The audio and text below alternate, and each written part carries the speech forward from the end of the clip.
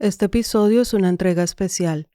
Digamos que es un episodio urgente, porque si narramos la vida tenemos que ceñirnos a sus ritmos, y esos ritmos son a veces inesperados.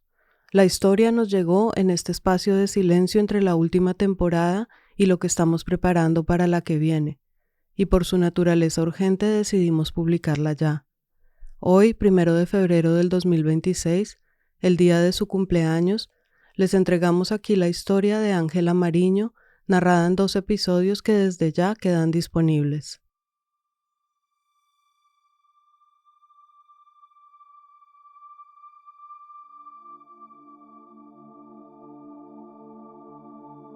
Buenas noches a todos.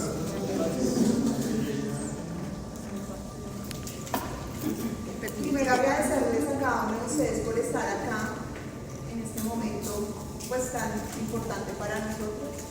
Angelita, cada una de las personas que estamos acá, pues tenemos un amor por ti inmenso. Has dejado una huella demasiado importante en cada uno de nosotros. Eres una princesa a la que admiramos profundamente. Queremos hoy rendir un homenaje a tu vida, a lo que has sido, a lo que has hecho, a esa guerrera incansable que nos ha dejado una huella muy grande en el corazón. Agradecemos por tu vida, Angelita, y por haberla Dios puesto en nuestro camino. Eres un ser de luz, eres maravilloso, te amamos con toda el alma, te queremos eterna en nuestras vidas. Y estamos acá reunidos para que te des cuenta del gran amor que tenemos por ti y que vamos a estar ahí contigo siempre.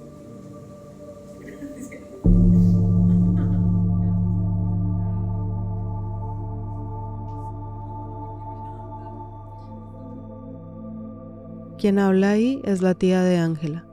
Ella abrió con estas palabras una reunión de familiares y amigos el 8 de noviembre del 2025.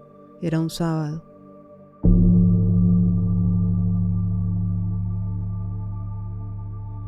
Ese día estuvieron ahí muchas de las personas que Ángela amó. Fueron a despedirla y a honrar su vida. Estaban en un salón comunal, todos sentados en un círculo. Había una mesa con comida y globos, o bombas, como decimos en Colombia, y quedaban un poco más de 24 horas para que Ángela accediera a una muerte digna. El lunes siguiente, el 10 de noviembre, en la Clínica Colombia, le practicarían la eutanasia.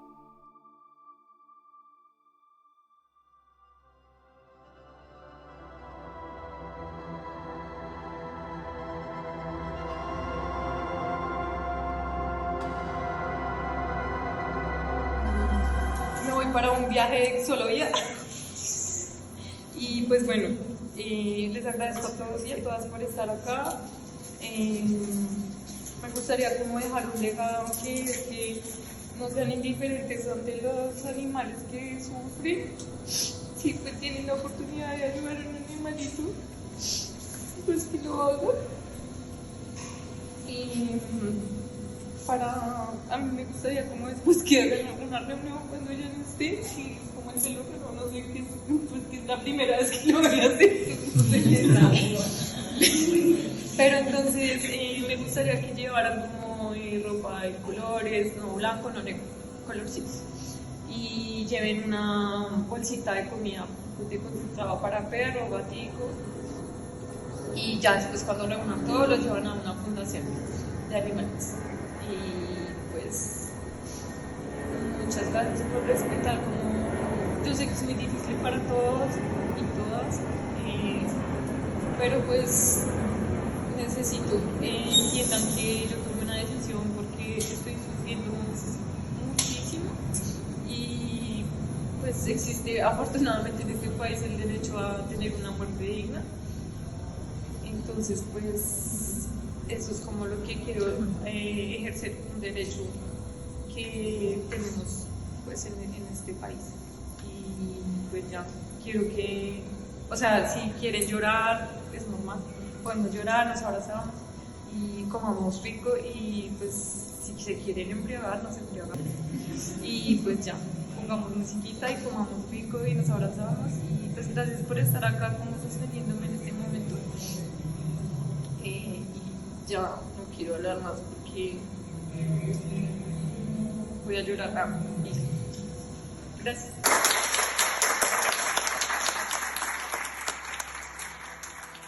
Esta claramente es Ángela, que como dice ella misma, estaba en ese momento a punto de partir en un viaje de solo ida, y que antes de irse decidió sentarse y narrar su historia para recordarte, la vida que la trajo hasta este día en que se despedía de todos y que terminó definitivamente el 10 de noviembre del 2025.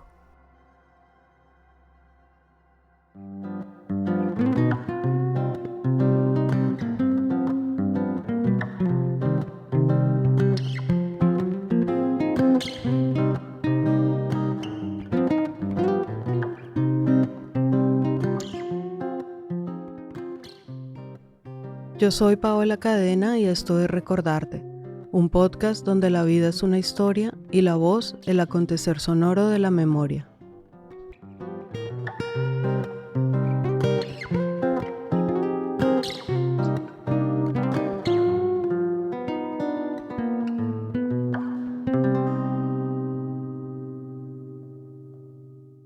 El tiempo que llevo escuchando y narrando historias me ha hecho pensar que la vida de cada uno tiene siempre una cierta coherencia interna, muy sutil pero muy profunda, como si hubiera un hilo conductor que se fuera tejiendo muy detrás de todos los eventos y de todas las emociones, algo así como un sentido que uno logra ver cuando da un paso atrás y ve el paisaje completo de la persona.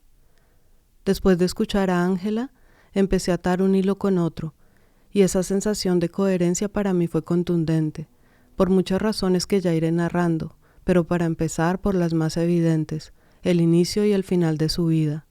En esas palabras que ella dijo en su despedida y que acabamos de oír, Ángela pidió que la gente no llevara flores a su velorio.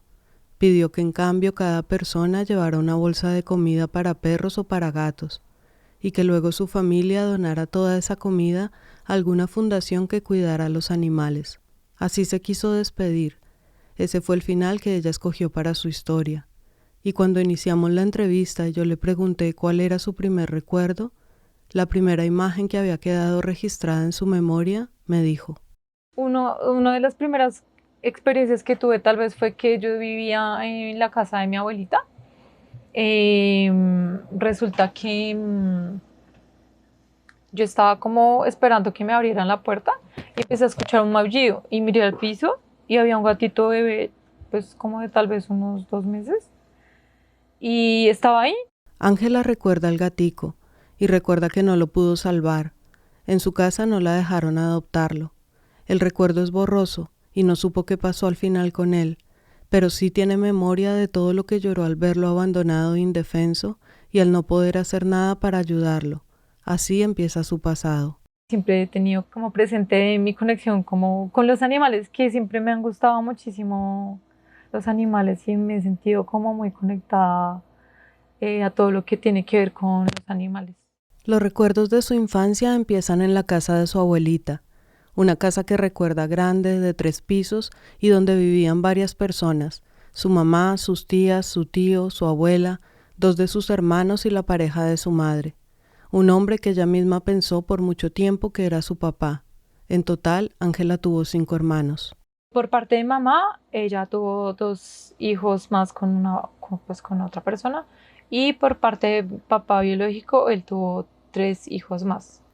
Aunque pues yo soy la mayor de todos por cada lado, ¿no? Como ya dije, Ángela pensó por mucho tiempo que ese hombre que vivía con ellos y que era el padre de 2 de sus hermanos también era su padre. Pero no era así. La verdad era que su mamá se había separado de su padre biológico cuando ella nació. Pues en esa época, ¿qué depresión postparto te iban a diagnosticar? ¿Qué salud, o sea, qué violencia ginecobstétrica iban a decir que existía? Entonces yo siento que a ella le dio como eso y ella no lo quiso ver y básicamente ella me ocultó la existencia de él hasta que yo cumplí 15 años y me enteré porque él llegó a la casa de mi abuelita y me dijo: hola, soy tu papá.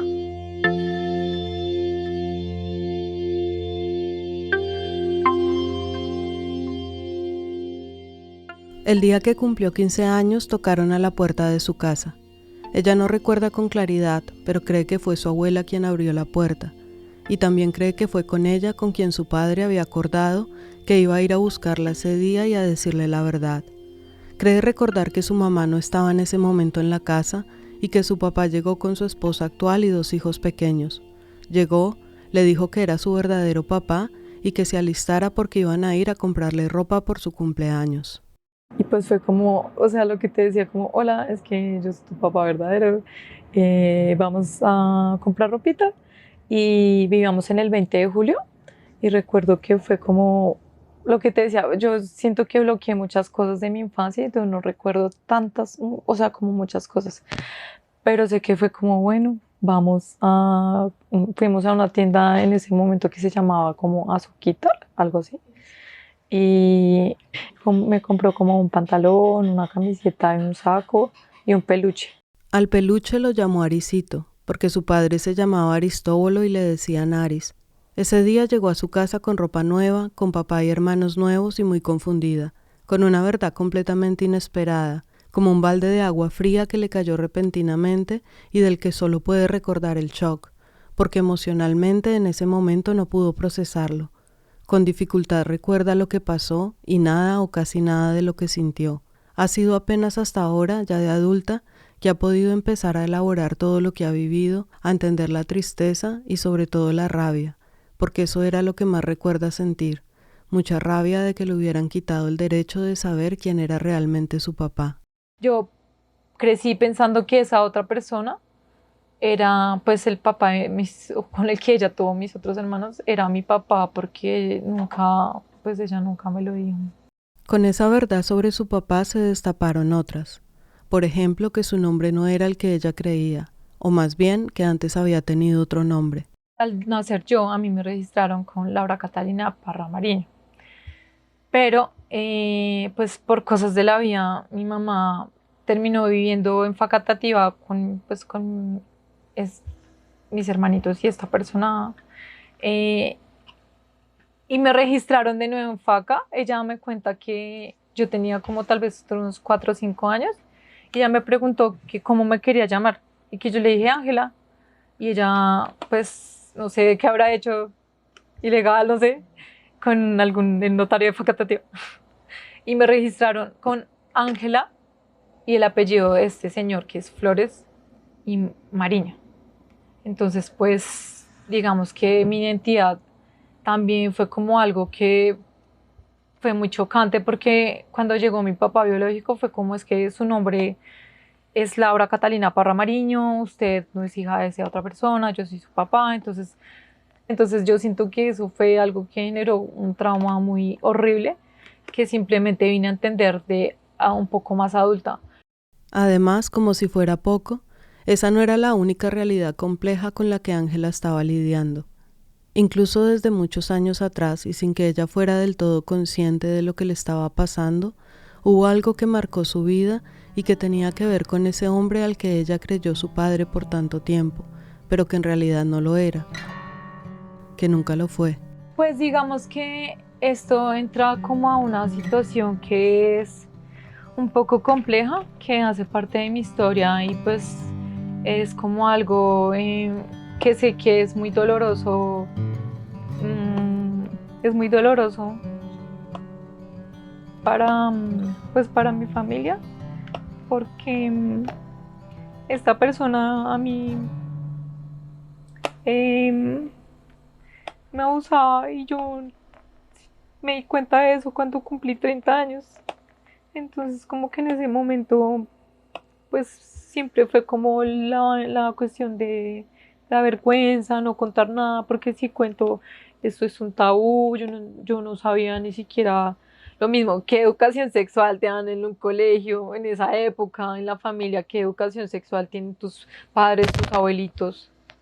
Entonces como que para mí eso era un tema muy tabú y yo nunca entendí ni siquiera qué me hizo eso, sino hasta que cumplí 30 años, o sea, yo no fui capaz de contar eso por muchos años, por vergüenza, por tabú, porque no entendía qué era eso, ¿sí? Entonces, pues, por eso yo no le pongo nombre, y le digo así a esta persona porque pues no, o sea, no quiero como darle mucho más poder de lo que ya me afectó. Y no solo era la vergüenza y no entender lo que le había pasado, era también el miedo a romper algo que apenas se sostenía, el miedo a empeorar una situación ya de por sí muy difícil. Y pues por lo mismo de sentir como si yo cuento esto, el hilo de familia que tengo se va a romper peor. Entonces fue como guardarse el silencio, el secreto, por muchos años. Además, también sentía que ella y su familia iban a quedar desprotegidos, porque su madre, como muchas mujeres, dependía económicamente de un hombre que no la dejaba trabajar, que la quería en casa y dependiente de lo que él pudiera proveer. Si yo hablo, la persona que sostiene el hogar se va a ir y vamos a quedar en la calle. O sea, entonces era como, no puedo hablar. Mi silencio, une lo poquito frágil y que hay.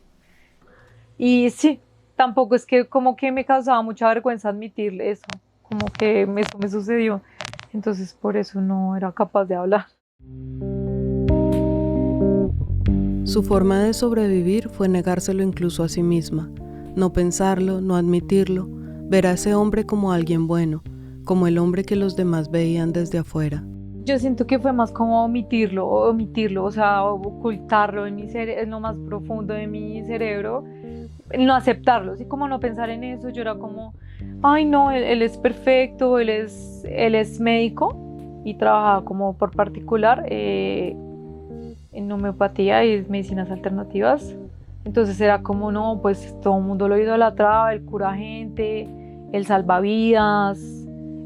¿Cómo voy a decir yo que una persona que salva vidas hizo eso? Ocultarlo en lo más profundo de su cerebro. Tal vez en ese mismo lugar donde a sus 12 años empezó a crecer algo que también le marcó la vida. Transversal a todo esto, hay otra situación que es lo de mi cuestión de salud, que es que aproximadamente desde mis 12 años de edad yo empecé a presentar algo que era que la pierna izquierda se me dormía. O sea, yo sentía que la fuerza se me iba.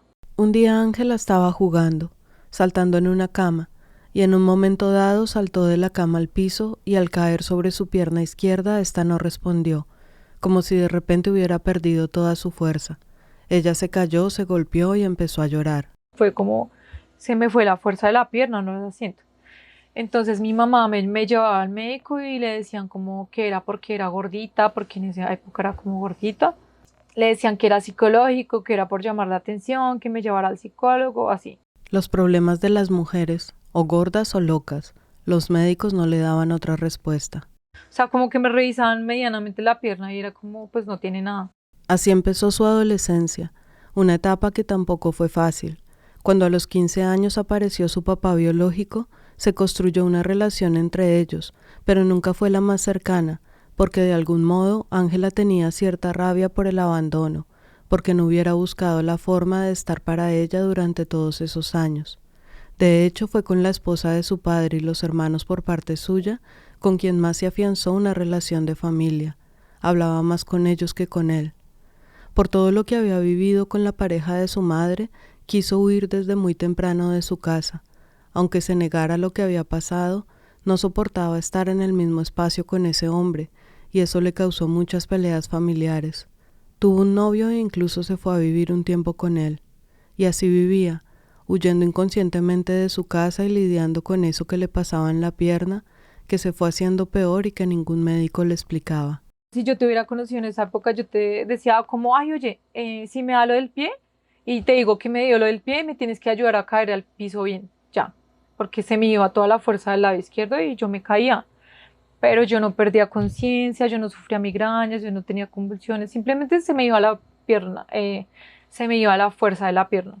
Y cada vez era más fuertes los episodios, o sea, perdía más tiempo la fuerza, incluso llegó un momento en el que la pierna se movía, hacía como unos movimientos involuntarios y duraba un par de segundos, unos 10, 15 segundos y pues ya me podía volver a parar normal.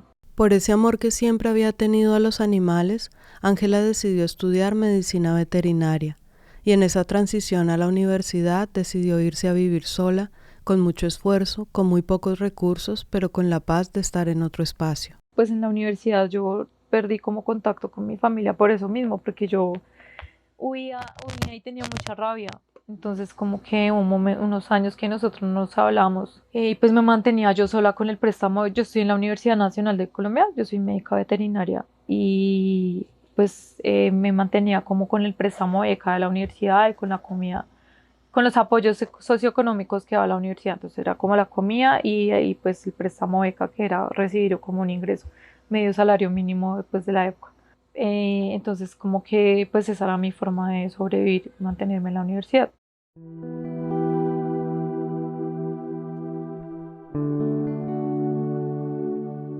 Como si la vida quisiera resaltar esa coherencia de la que hablé al inicio, esa danza constante entre el amor de Ángela por los animales y su propia historia, en una circunstancia completamente impensable, ese diagnóstico que nunca encontró con los médicos de humanos, finalmente llegó gracias a un médico veterinario. Y claro, hay que decir aquí que no fue justo, que la negligencia del sistema de salud no puede ser más evidente, que a los médicos a veces la humanidad les queda grande, sin duda, pero eso no quita que haya cierta belleza en que fuera un médico de animales quien finalmente le pudo dar a ella una respuesta.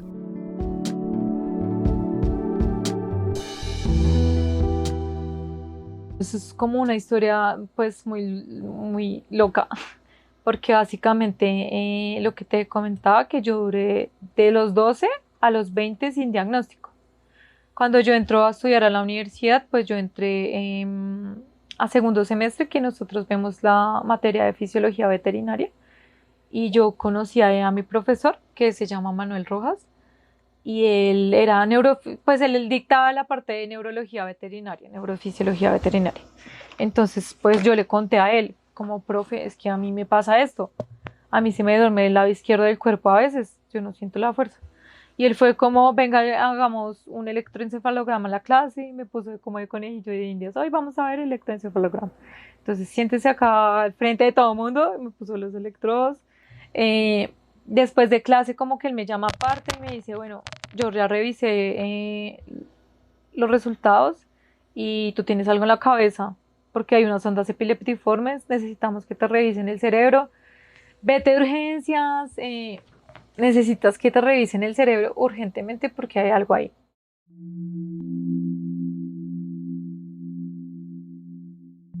Y efectivamente Ángela lo hizo. Fue al Hospital San José y esa fue la primera vez que le hicieron una resonancia cerebral. Y descubrieron que tenía un tumor cerebral. Un tumor cerebral ubicado hacia la corteza frontal derecha, la corteza motora que se encarga precisamente del movimiento. Eso explicaba exactamente por qué perdía toda la fuerza en su lado izquierdo. Luego del diagnóstico en el 2010, el paso a seguir era una cirugía para extraer el tumor. Ahí comenzó el infierno que Ángela tuvo que vivir toda su vida con las aseguradoras médicas. Demoras en los exámenes y citas, negligencias y malos tratos. No sé por qué hay gente que dice que la salud en Colombia es muy buena. Para mí nunca fue buena. Para mí fue un suplicio, fue un martirio. Durar 8 años sin diagnóstico por parte de un médico. O sea, empecemos desde ahí. Tanto dilataron la cirugía que al final terminaron haciéndola de emergencia luego de un episodio muy difícil para ella. Un día iba para una entrevista de trabajo, se subió al Transmilenio y recuerda ir de pie en un bus completamente lleno. Mi siguiente recuerdo es como estar sentada en el Transmilenio vacío, pero automáticamente bajarme en la estación correcta y que un auxiliar de policía me dijera, ¿estás bien?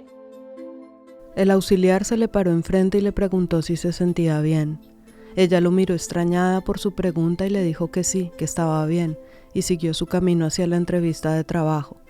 Al llegar allá, se sentó en una silla en la sala de espera y al lado suyo se sentó un muchacho que se quedó mirándola y nuevamente le hizo la misma pregunta del auxiliar. ¿Estás bien? Lo que pasa es que yo estaba en el mismo Transmilenio que tú y tú tuviste una convulsión.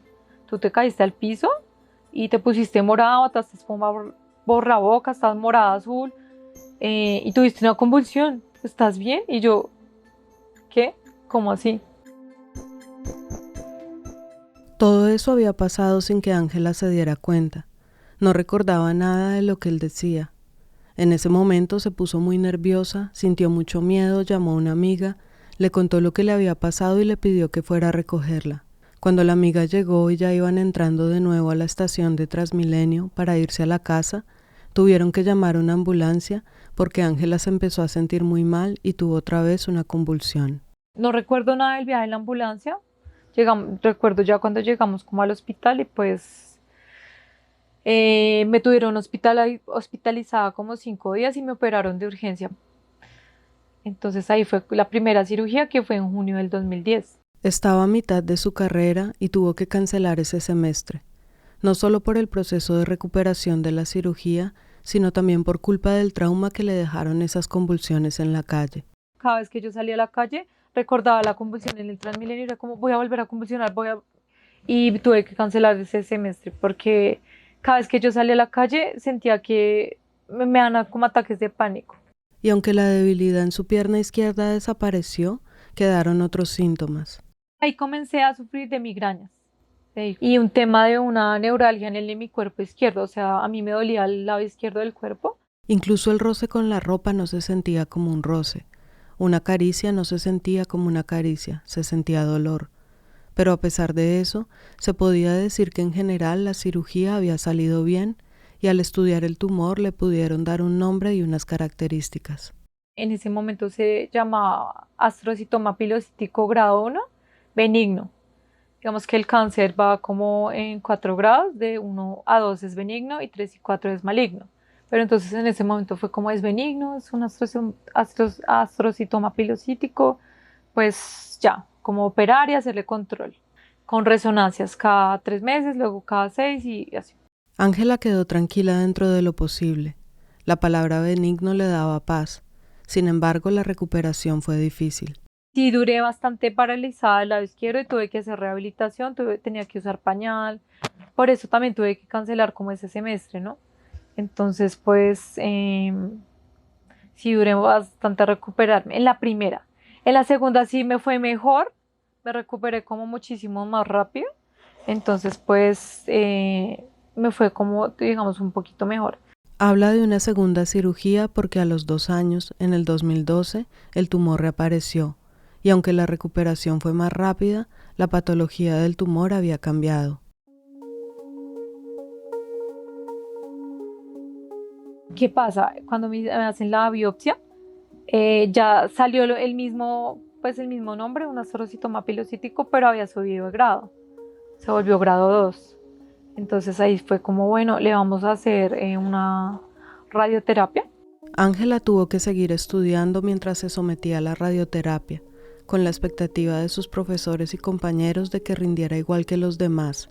Tuvo que sufrir mucha violencia psicológica, que muchos de sus compañeros se quejaran porque no podía hacer turnos de práctica nocturnos, que la llamaran perezosa, irresponsable y favorecida. Para mí siempre el tema de la enfermedad fue el tema muy doloroso, o sea, como, mire usted cómo sobrevive, porque está joven. Entonces una persona joven no tiene derecho a estar enferma. Entonces como que no, para mí era muy sobrevivir. No tenía como las herramientas para poder entender qué era lo que me estaba pasando y que de hecho es lo que tenía yo, era cáncer. No, o sea, si sea benigno, pues el cáncer es cáncer. Entonces no, pues mis herramientas eran como muy hacer meditación, hacer yoga, como por mi cuenta, pero así como por parte de la EPS que yo diga, uy sí, cómo me ayudaban o me sentí como muy apoyada, pues no mucho tampoco. Lo único que sí peleó y consiguió del sistema médico fue apoyo psicológico y psiquiátrico. Porque pues era el tema de la depresión, de estoy enferma, porque tan joven tengo que estar enferma. Entonces me generaba como síntomas depresivos, mucha ansiedad, que pues tenía que manejar con medicación, con terapia. Entonces tal vez desde muy joven estoy involucrada con el tema de hacer terapia psicológica. Gracias a la cirugía y a la radiación, Ángela duró más de 6 años en remisión. Terminó sus estudios y se graduó como médica veterinaria en el 2018. Sintió por un tiempo el respiro de una vida medianamente normal, pero en el 2019, cuando fue a un control rutinario, vieron otra vez el tumor creciendo en su cabeza.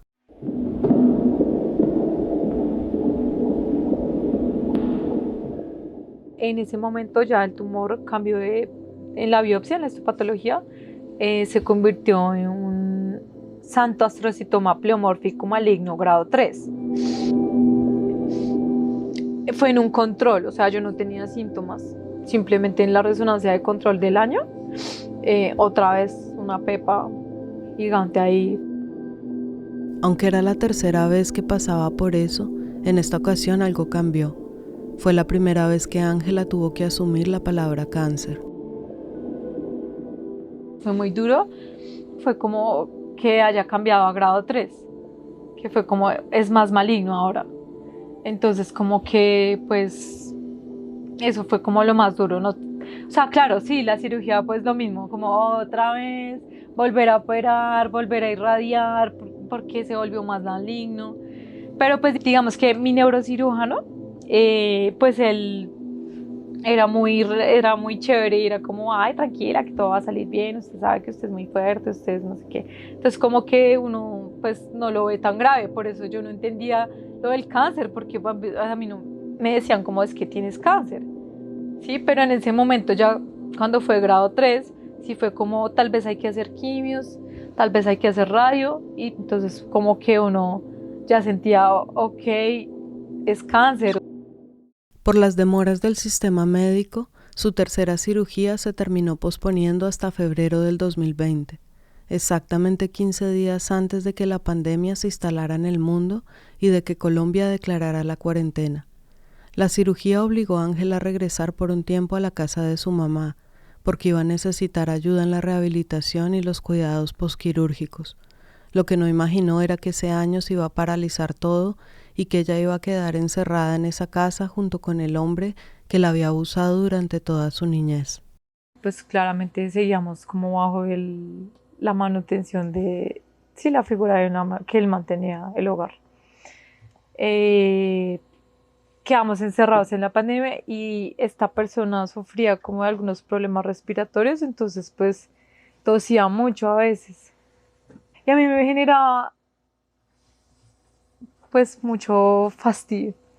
Entonces empezó a traer con muchos conflictos, quedarnos encerrados, como que yo ya, para esa época yo tenía 28 años, entonces pues era como esa vaina de a querer decirme qué hacer, porque pues tenía que vivir abajo la casa.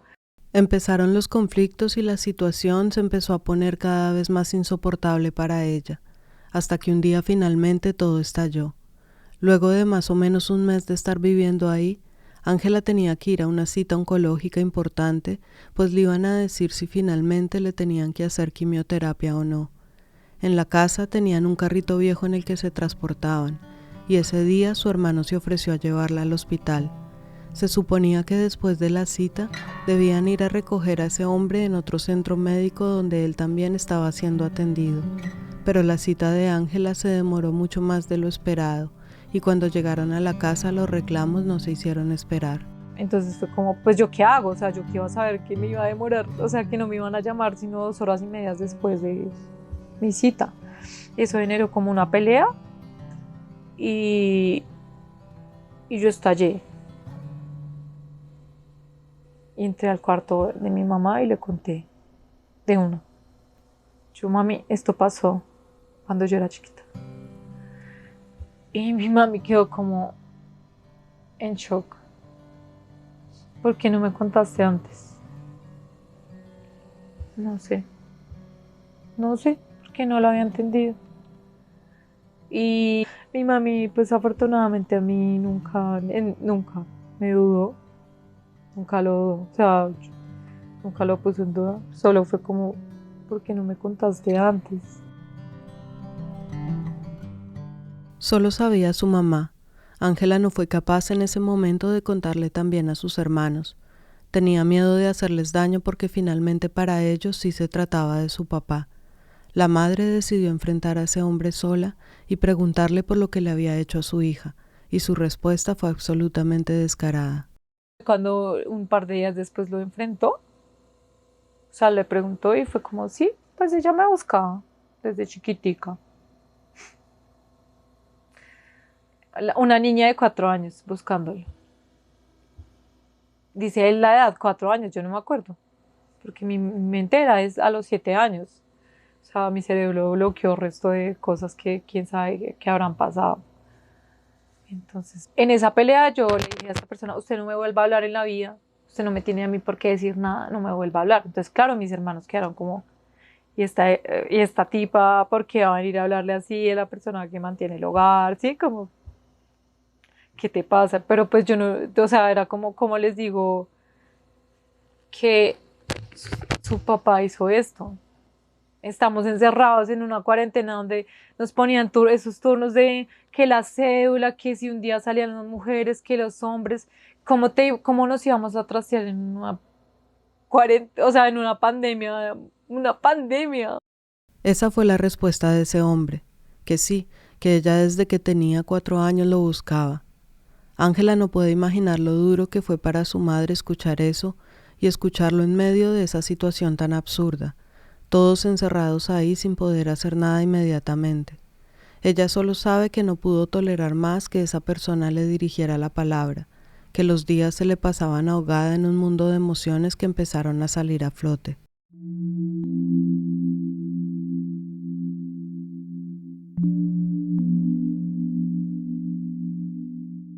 ¿Y qué pasaba? Que nosotros vivíamos como al frente de un parquecito, entonces pues yo me salía a llorar afuera porque no podía llorar adentro porque ni siquiera tenía cuarto en esa casa, o sea, yo dormía como en un colchón, en mi colchón en la sala. Entonces todas las noches me tocaba poner el colchón en el piso, tender la cama y dormir en el piso. Yo no tenía dónde llorar. Entonces me tocaba salir al parque a llorar y hablar por teléfono con mis amigas, ya contarle a mis amigas, me pasó esto, amiga, cuando yo era chiquita, y hasta ahora lo cuento un montón de años después. En una de esas escapadas al parque buscando el lugar que no tenía en su casa para llorar en paz, su hermano también salió a fumar y escuchó, sin que Ángela lo notara, una conversación con una de sus amigas en la que le estaba contando todo. Entonces él me escuchó y le preguntó a mi mamá, ¿es verdad?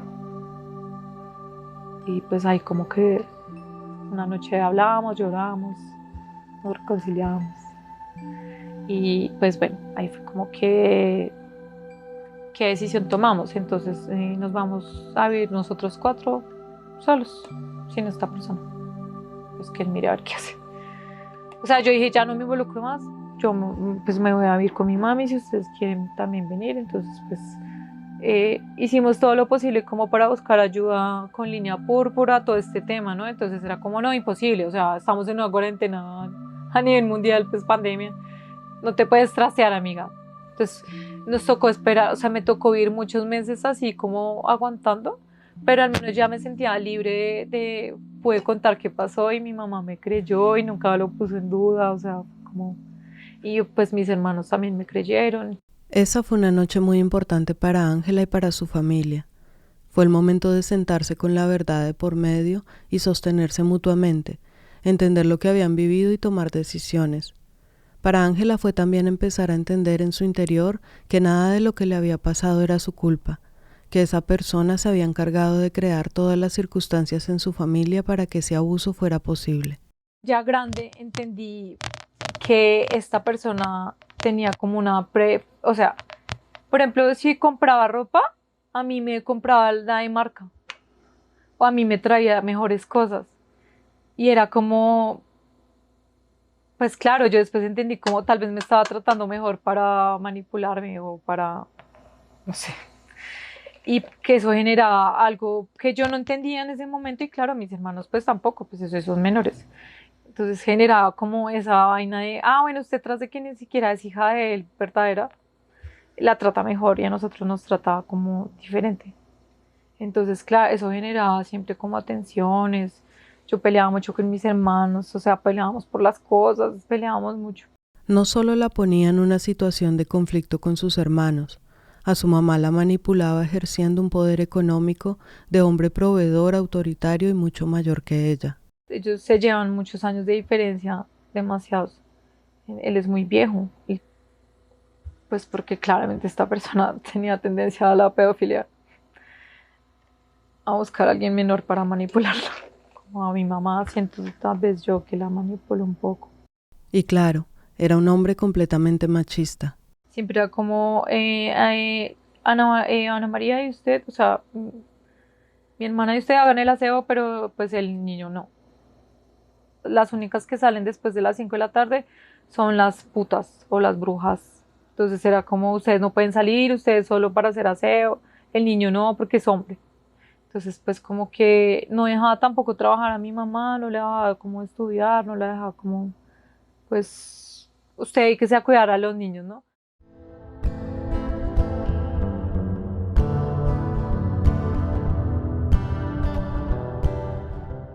Ese año marcó un antes y un después en la vida de Ángela y de su familia.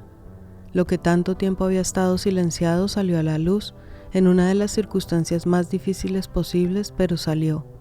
Y a finales del 2020 se mudaron a un apartamento pequeño para los 4 y lejos de ese hombre. Todo esto sucedía mientras Ángela acababa de pasar por su tercera cirugía, con un diagnóstico muy complejo, donde la palabra cáncer empezó a ser parte de su realidad y con la incertidumbre de lo que vendría en adelante.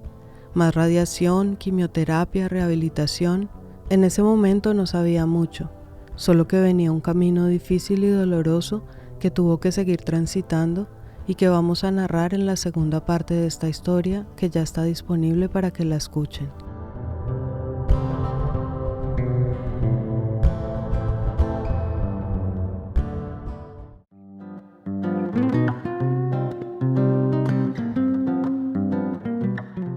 Gracias por escuchar otra historia de Recordarte. Este episodio fue producido por mí, Paola Cadena, y musicalizado por Mike Forrestel.